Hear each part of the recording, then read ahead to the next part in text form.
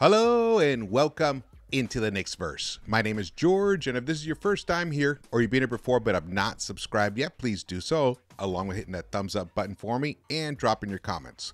I love the comments. I try to read them all, and they really help me a lot. Well, I missed a recap. I missed the Lakers one due to family obligations. My twin sisters were in town, and, you know, that overrides. It's more important to spend time with them while they're here. I'm sad to see them go. They're going back tomorrow. So trying to recap a lot of things in this video. But mostly I want to talk about like the most important thing right now, which is the trade deadline, which is just about a few hours away. I guess depends on when you're watching this. I'm recording this Tuesday night after the game, but late. So for East Coast time, it's already morning. You're probably watching this on Wednesday. And, you know, who knows? There might be some big news may have already broken out. No trades have happened this week at all. And that seems pretty standard. A lot of the big trades have already happened. Siakam being traded, OG Anunoby being traded.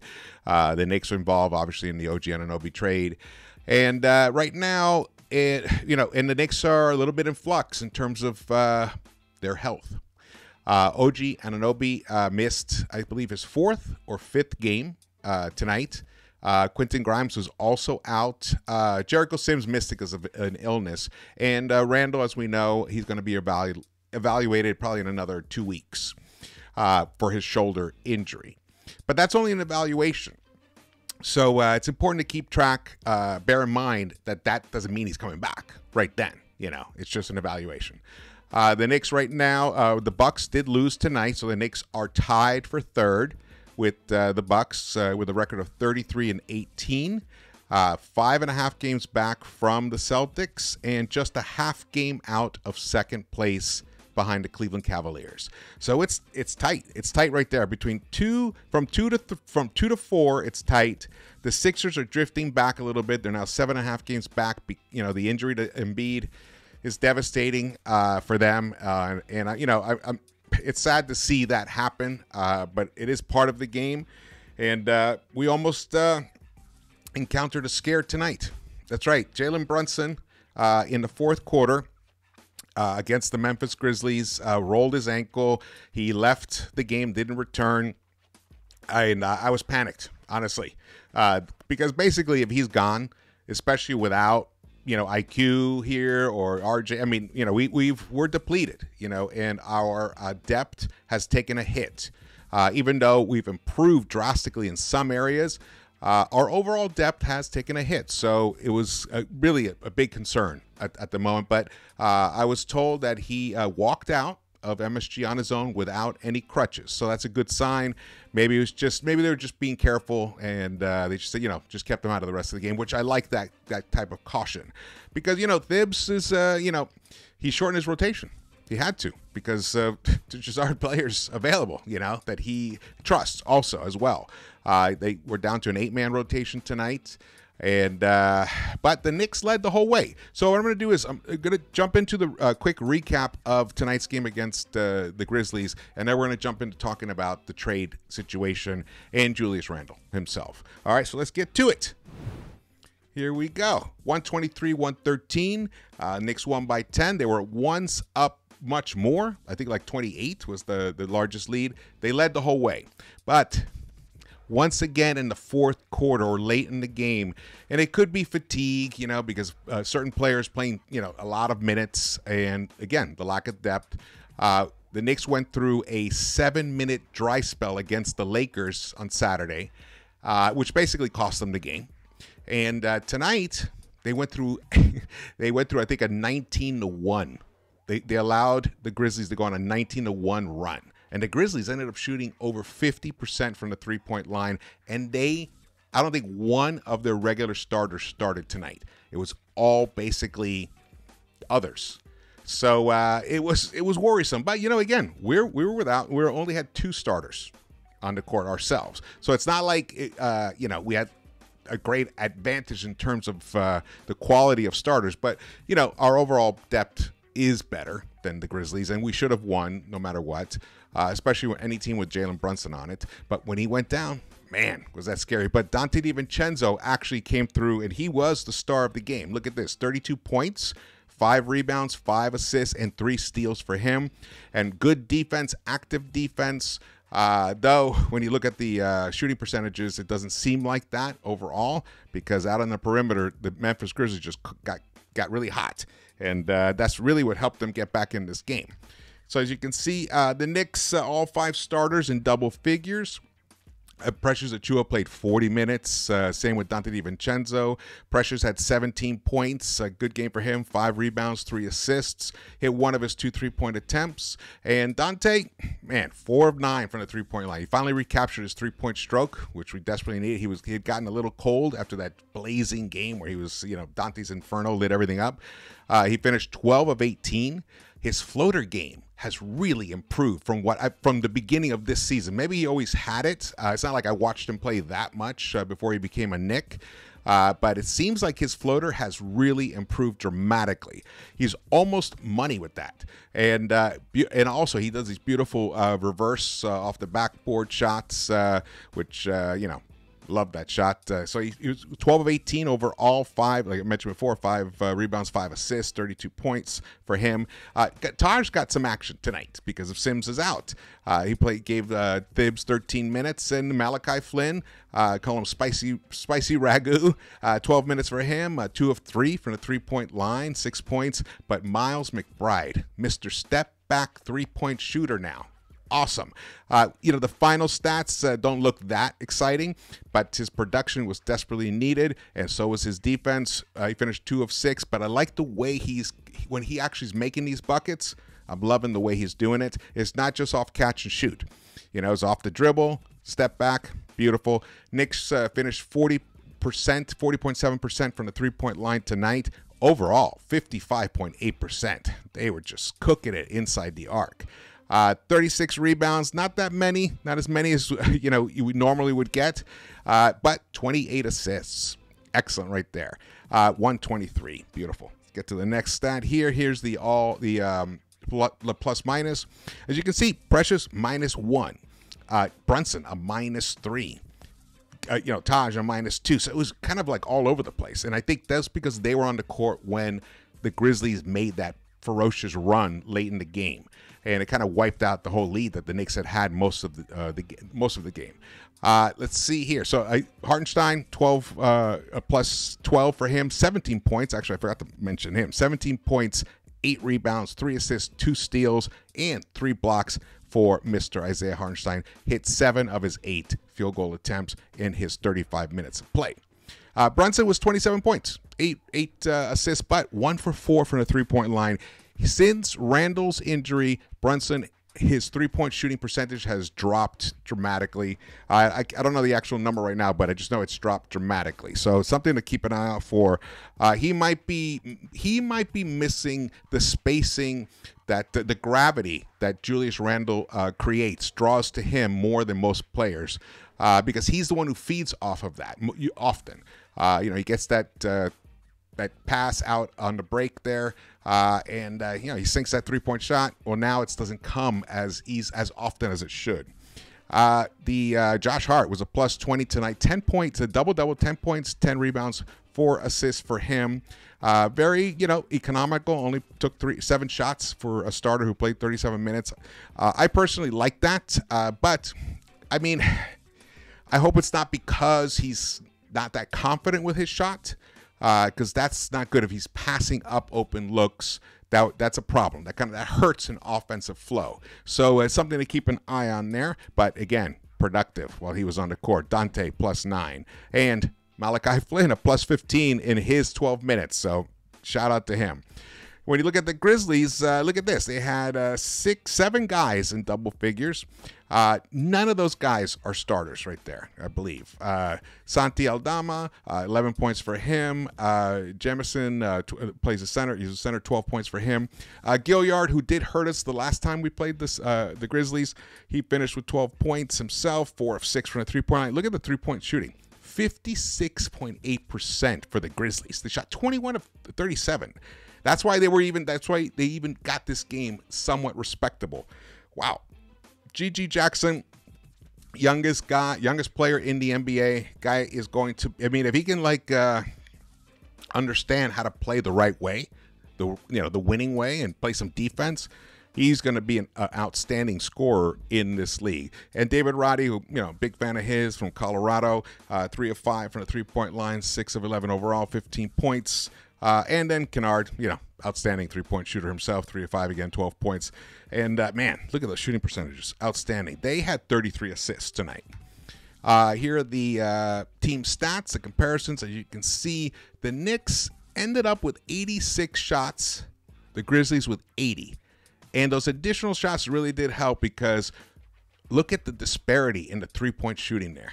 It's insane. They scored an additional 30 points from the three-point line than we did. Now, we made up for that from the two-point line, and we got an additional 6 from the free throw line. But the beauty is how we did all of that was points off turnovers. They allowed 21. We only allowed 6, so it's a plus 15 right there. And that's pretty much almost the difference in the game right there. Fast break points, Knicks 23, so we were plus 9 there. Points to the paint, we destroyed them there, 72-40. Now, of course, when your opponent is shooting almost 57% from the three-point line on 37 attempts, you're going to have to feast in the paint, and the Knicks did tonight. Largest lead, as I said, was 28 for the Knicks, though they finished just a plus 10 by the end of it, and the Grizzlies never led. Okay, that's going to be the recap for this game. Not much to draw from this, other than it's obvious that there is a lack of depth on this team, and Thibs can only do so much, with the roster he has. So at this point, when you're missing 3 starters and you're still missing, Quentin Grimes, though we heard some good news about him today. Ian Begley reported on the putback, I believe that's the name of the show, that Quentin is improving, and it's not anything. His knee is just sore. It's not structural. There's no damage to the knee at all. So he will be back, and that's great news. In terms of OG Anunoby, it seemed like Thibs was a bit vague when he was asked about it in the pregame press conference. He said he hasn't been doing much because, it's hard to shoot when his elbow is hurting. So, and here's a big concern with him. He has only played more than 50 games in one of the last 4 seasons. Only once. And that includes this season. If he ends up playing a few more games, then it'll be 2 out of the last 4 seasons. But right now, only 3 out of the last 4 seasons has he played more than 50 games. He's injury prone. That was one of the concerns I had when this trade went down. Not that he's not a great player, not that he's actually a 10 times better defender than I even thought he was. He might be one of the best defenders I've ever seen in my entire life. But he's injury prone. So if he can't play, if he's not on the court, that's devastating, especially to a team that is now. It seems like the NBA has finally woken up to the fact that the Knicks have a special player in Jalen Brunson, who is a superstar. There's no doubt. Right now, he's a top 5 scorer type. Actually, he's a top 3 scorer right now. He's unbelievable. Not in points total, but I'm talking about in terms of his efficiency. His people just can't stop him. The Lakers were able to slow him down on Saturday, but a lot of that is because of just the workload that he's enduring right now, without Randall, OG, or Grimes, the other guys that are important to the offense. It all falls on him. He's got Dante there, but really, who else is there other than that? Where in the past, we used to have, Obi can come in and give you 20 if you needed 18 points. We know IQ used to do that. And of course, we knew that RJ did that. So the talent pool around Brunson has improved overall, but the problem is the availability of those players is now starting to come to hurt us. So by noon, actually by 3 p.m. on Thursday, February 8th, it has to happen.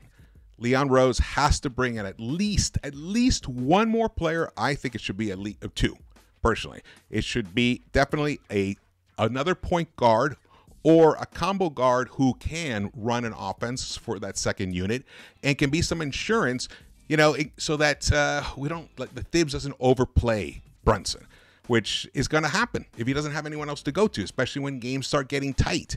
And him, man, if the lead goes from 20 to like 12, with 4 minutes left in the fourth, he's going to ride Brunson that whole way. So this is something that's an absolute imperative. And these are the names that keep popping up: Bruce Brown, Alec Burks, Jordan Clarkson. And who's the other guy? Well, Malcolm Brogdon was a name that was popping up, but Ian reported that, and so did Stephen Bondi. They haven't heard anything about that. Now, in some ways, that makes me more hopeful, because if we know anything about Leon, they are tight-lipped. They don't let anything out. When it's serious, they don't let anything out. So, like, we didn't know that. I mean, last year, before the trade, there was some rumors out there about OG and coming to the Knicks, and the Knicks offering RJ and picks, but there wasn't enough, and it ended up being they wanted IQ, so it happened this season. But in terms of Brogdon, they haven't heard much. Colin Sexton is a name that's also popping around, but Utah likes their guys. We'll see. Something's going to break, but any of those guys, of course, would be helpful for the team at this point, just because of our depth. It's just taking a major hit. My personal preference would be Malcolm Brogdon. He seems like the right fit. Also, he's on contract for one more season, so it fits that criteria of him becoming a trade piece in the off season, and he can run an offense and he can play off guard. He's a decent defender, and he's a smart player. He's got leadership qualities. I like him for the Knicks. Now, also, he is also someone who's injury prone, but so far this season, he's still around. He's still playing. So he seems to be the best fit. Bruce Brown seems like a duplication of Josh Hart. But maybe, I know this year he's not shooting the three-point shot as well, but maybe, he can be, a better three-point shooting version of Josh Hart. And I've seen him run the offense. He ran it at Indiana. I don't think he's doing that as much with the Raptors, but you know what? He definitely would be a plus player. I think he's making $22.5 million a year, so his contract has value to the Knicks, because again, they want to have pieces that they can put in a package for a big name if the big name appears in the summer. And then Sexton, I don't think Utah's going to let him go. They're not going to let go both Clarkson and Sexton at this point. So we'll see. And also, the Raptors doing business with the Knicks once again, even though they're in the midst of a legal battle over some intellectual property that was stolen from the Knicks. So we'll see how that shakes out. There might be some other names that pop up. Hey, look, if Kyle Lowry, gets bought out, he's a possibility. That I wouldn't mind either. I just don't want to overpay, but we need to bring some talent in. Now, DeJounte Murray keeps being talked about. And the price of 2 first-rounders is a little high. I looked at some stats today, and I was surprised myself to see that, because a lot of people were saying, oh, well, it's the system, it's playing with Trey. That's why DeJounte's isn't as good a defender now as he was with San Antonio. Not so sure about that. When Dante is off the court and Trey is on the court, the Hawks are a better team. They score more and they hold their opponents to less points. So that was kind of a shocking statistic when it finally popped through. I was like, wow. So, but again, we need people, So he definitely is a good player. If the price is right, maybe we do it. Now, in terms of Quentin Grimes being a part of a trade, it has been out. It's been actually, I don't know, leaked or whatever, but sources have confirmed that the Knicks are not looking to make a lateral move with Quentin Grimes. They want him to, if they're going to trade him, he's going to be part of a bigger package. And a lot of it is because his salary, he's on a rookie salary. So there aren't many other players making the similar amount that he is that would be, an upgrade. So at this point, it looks like Quentin's going to stick around. barring some craziness that pops up in some, superstar or, maybe a 2A or 2B type player, like a Mikal Bridges or something. Maybe the Nets suddenly wake up and are like, you know what? Let's make this happen. And then, they make a deal with the Knicks. But they haven't even made a trade with the Knicks in like 30-something years. So I wouldn't count on that at all. Alec Burks. I get why that name pops up. He knows the system. He'll just fit right in. But his salary is an issue. He's only on for the rest of the season, and I think 10 or 12 million. So he doesn't give you that ability to flip him later. He would just basically be for the rest of the season. And, I kind of feel like it's been there, done that. But, he's a very quality player. And again, we need people. So if it's Alec Burks, then it's Alec Burks. But I hope that Leon gets a little more creative in terms of the quality of player that he brings in. Especially if, the next thing to talk about is Julius Randle. So I have kind of predicted that maybe, looking at the type of injury he had and what the Knicks are revealing about it, 6 weeks from the injury would be, in my estimation, the earliest I think he would probably come back. Now, the problem is, and I've mentioned this before, is that his style of play is a lot of banging with that right shoulder. And also, remember, when he's going up and, a big guy is trying to strip the ball, comes down on that shoulder, the re-injury probability is very high unless that shoulder has fully healed. So they're in a tough spot because for it to fully heal, normally you would need surgery, but in some cases you don't, but you would need time. I don't know if 6 weeks is enough time to have a fully injured shoulder. So let's say we go 8 weeks, and then who knows? Maybe it's 10 weeks. That's a lot of time. If Brunson's ankle is just a little tweak, and maybe he misses the Dallas game, ironically, which is the next game. Maybe he misses 1 or 2 games, or maybe the Knicks just shut him down until the All-Star game, and so he can play in the All-Star game because he deserves to. But let's say they shut him down for next 2 weeks, week and a half. We're going to take a hit. It's going to be a challenge for the Knicks to win. It's going to be a challenge to hold on to the seed that they're at. We want to avoid the Celtics in that, second round. So we want to be at least the 3rd seed. The 2nd would be awesome. I heard today, who was talking about, I can't remember who was saying it. Somebody was saying that he heard from, Michael Scotto. He was on with Dexter Henry from New York Post, and he said, an NBA executive or analyst or somebody said that they felt that the New York Knicks were clearly the 2nd best team in the Eastern Conference. So we're in this situation where we can't waste this momentum right now. But there's a lot of balls still up in the air. And then this whole OG thing. What if OG's elbow, it's one time, once you have inflammation in your elbow, if you don't give it fully enough rest and treatment, it's going to keep reoccurring. And then, Isaiah Hartenstein, with his issue. So there's a lot. I mean, this team is banged up right now, and yet they still keep winning. That's the fantastic part of it. But to be able to, we need, people throwing the term around innings eaters right now. We do. We need just guys who can just swallow up innings and get us through this difficult phase that we're dealing with in terms of injuries. So in terms of bigs, there's been talk about PJ Washington of Charlotte. Interesting player. I looked at him. He can play center. He can play power forward.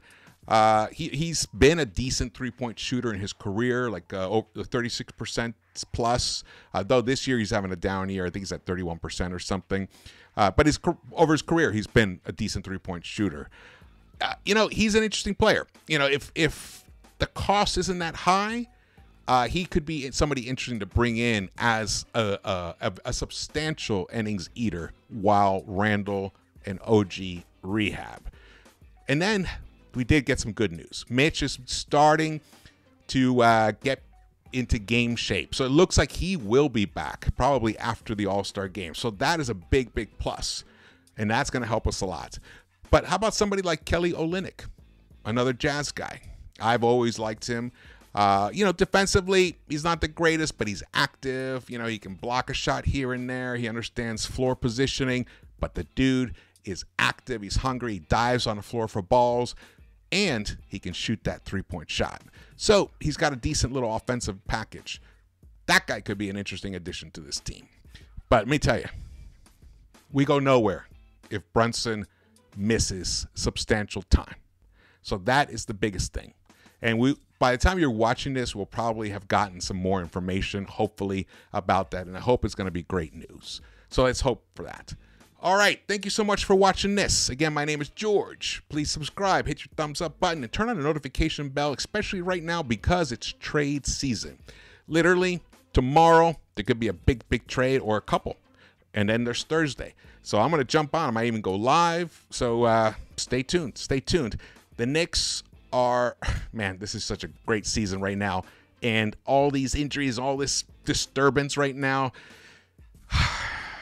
it's got me concerned. It's got me concerned because I want us to fully capitalize on all the good that's been happening. So right now, it's in Leon's hands. I hope he can do it. I mean, he has delivered in the past. He's delivered in the past, so he's got to do it again. All right, I will see you around the Knicks-Verse.